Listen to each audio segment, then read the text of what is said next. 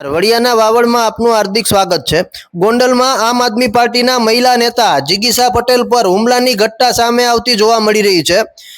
ગોંડલમાં લોકોના પ્રશ્ન બાબતે વારંવાર અવાજ ઉઠાવતા જિગીશા પટેલ પર હુમલાની ઘટના સામે આવી છે। મહિલાઓ દ્વારા જિગીશા પટેલની કારને ઘેરી ને જિગીશા પટેલની કારના કાચ તોડ્યા બાદ હાથાપાઈનો એક વિડીયો સોશિયલ મીડિયામાં વાયરલ થતો જોવા મળી રહ્યો છે।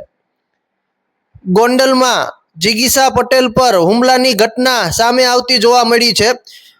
ગોંડલની મહિલાઓ દ્વારા જિગીશા પટેલની કારનો ઘેરાવ કરી કારનો કાચ તોડી અને હાથાપાઈની ઘટના સામે આવતી જોવા મળી રહી છે।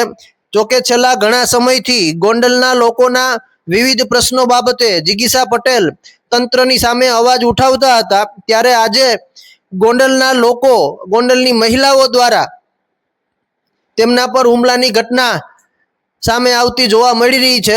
ત્યારે આમ આદમી પાર્ટીના પ્રદેશના નેતા મનોજ સોરઠિયા દ્વારા પ્રતિક્રિયાઓ આપવામાં આવી છે। ગોંડલમાં બનેલી મહિલા નેતા જિગીશા પટેલ પરના હુમલાની ઘટના બાદ આમ આદમી પાર્ટીના નેતા મનોજ સોરઠિયાની પ્રતિક્રિયા સામે આવતી જોવા મળી રહી છે।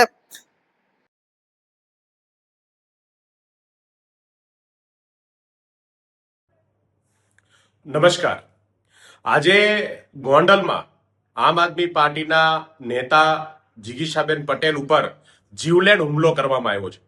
એનો વાક માત્ર એટલો હતો કે ગોંડલમાં લોકોની ફરિયાદને સાંભળવા માટે, લોકોએ જ્યારે એમને બોલાવ્યા ત્યારે સાંભળવા માટે ત્યાં ગયા અને એમણે ભાજપના કોર્પોરેટરને બોલાવી અને આ જે મુદ્દો છે એ મુદ્દા ઉપર રજૂઆત કરી। આજે ગુજરાતની અંદર ભાજપના નેતાઓનો અહંકાર એટલો બધો વધ્યો છે કે એમને હવે લોકોની વાત સાંભળવી પણ ગમતી નથી। કોઈ સવાલ પૂછે, કોઈ એમને પ્રશ્નો પૂછીને એમના કામોને લઈને એમને ઘેરવાની કોશિશ કરે તો એમનાથી સહન થતું નથી। સત્તામાં 30 વર્ષથી બેસવા છતાંય આજે લોકોને સાંભળવાને બદલે, લોકોના પ્રશ્નોના સમાધાન કરવાને બદલે આવા જીવલેણ હુમલાઓ કરવાનું કામ કરે છે। ખૂબ દુઃખદ વાત છે। હું ઉપરવાળાને પ્રાર્થના કરીશ કે બેનને ભગવાન શક્તિ આપે અને જલ્દીથી સાજા થાય, પણ આજે ભાજપના અહંકારી નેતાઓને પણ ઉપરવાળો સદબુદ્ધિ આપે કે ગુજરાતની રાજનીતિમાં આવા હુમલાઓનું કોઈ સ્થાન નથી। ગુજરાતની અંદર ગુજરાતના લોકો તમને હવે સારી રીતે ઓળખી ગયા છે। ગુજરાતના લોકોને જાણ છે કે 30 વર્ષથી કશું નહીં કરી શકવાના લીધે આજે આ સ્થિતિ આવીને ઊભી છે। મારી વિનંતી છે કે આવા હુમલાઓ બંધ કરો। કાલે સવારે તમારા પણ બેન, દીકરીઓને ભાઈ હોઈ શકે। આવા હુમલાઓની રાજનીતિ ગુજરાતમાં સારી નથી।